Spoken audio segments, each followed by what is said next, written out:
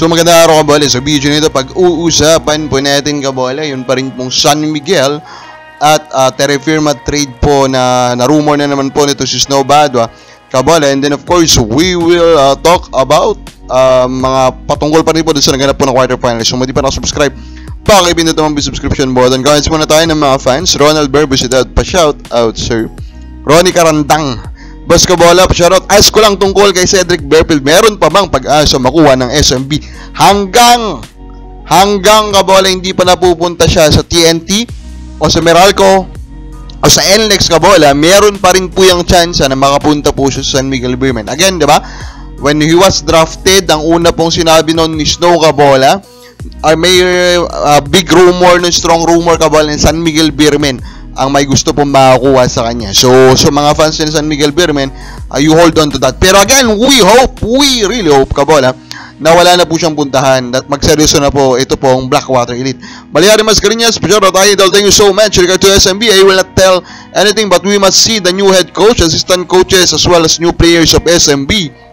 JC have the new contract of 2 years and Tautua have a 3 big deal contract. So regarding Tautua Kabola, wala pa akong nabasa na news na official announcement when I'm recording this video Kabola, so I'm not sure about that. A new head coach, if they will do that, I think they should announce it soon Kabola, di ba? Para mabigyan ng time yung new head coach para po i-prepare tong team na to Kabola.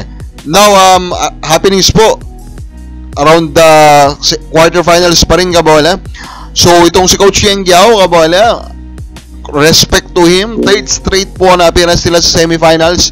Sasabihin mo siguro Kabola, wala namang championship, puro semis lang. Hindi, parang wala din. Pero for an independent team, alam naman natin kung gaano pa kahirap parating yan Kabola. This is already a big deal Kabola.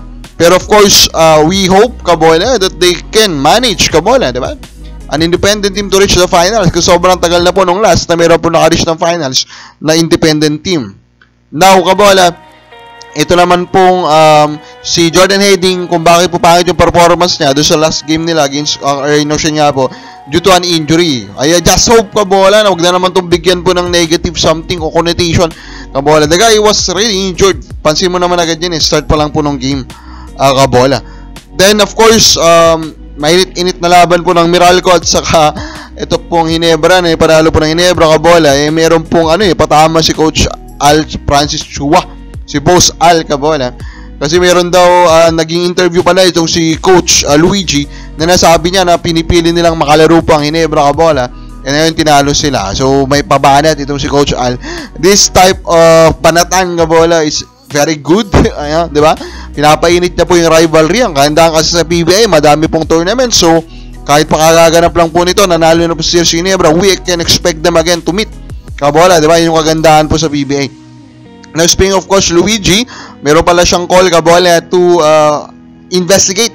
Yun nga pong tawagan po sa Game 3. For me, hindi na po necessary yan Kabola, kasi dun mismo po sa game Kabola, when they asked for a review, na-review naman po and acceptable naman po Kabola yung naging review po nung mga referees din Kabola. So for me, there's no need for that. Yes, Kabola, may advantage siguro sa Ginebra, pero at the end of the day, they already won. And I think I saw them really as the better team. So for me, there's no need na for an investigation. Now, the rumored trade or possibility kapag na-resign po talaga ng San Miguel daw ito si Moala Tautua is for San Miguel to use him for a trade po for ito nga pong Kenmar Carino at saka itong si Luis Angalang. Will that be a fair trade? Of course, no. The difference in age po, that's around 8 years. That's a very, very big difference Kabola. So, dyan pa lang, talo na po agad ang Terra Firma if that happens. Kahit pa sabihin natin na 1 level up po itong si Moala Tautua Kabola. That age gap is really big. And for me, the potential po of Carino is also very, very high. Pwedeng higitan pa niya yung na-reach po ng isang Tautua. And of course, meron pang Sanggalang. So, for me, dapat hindi lang po straight yan na Tautua for those two. Kababal sa palagay mo, anong dapat maging trade? Kami lang po sa baba.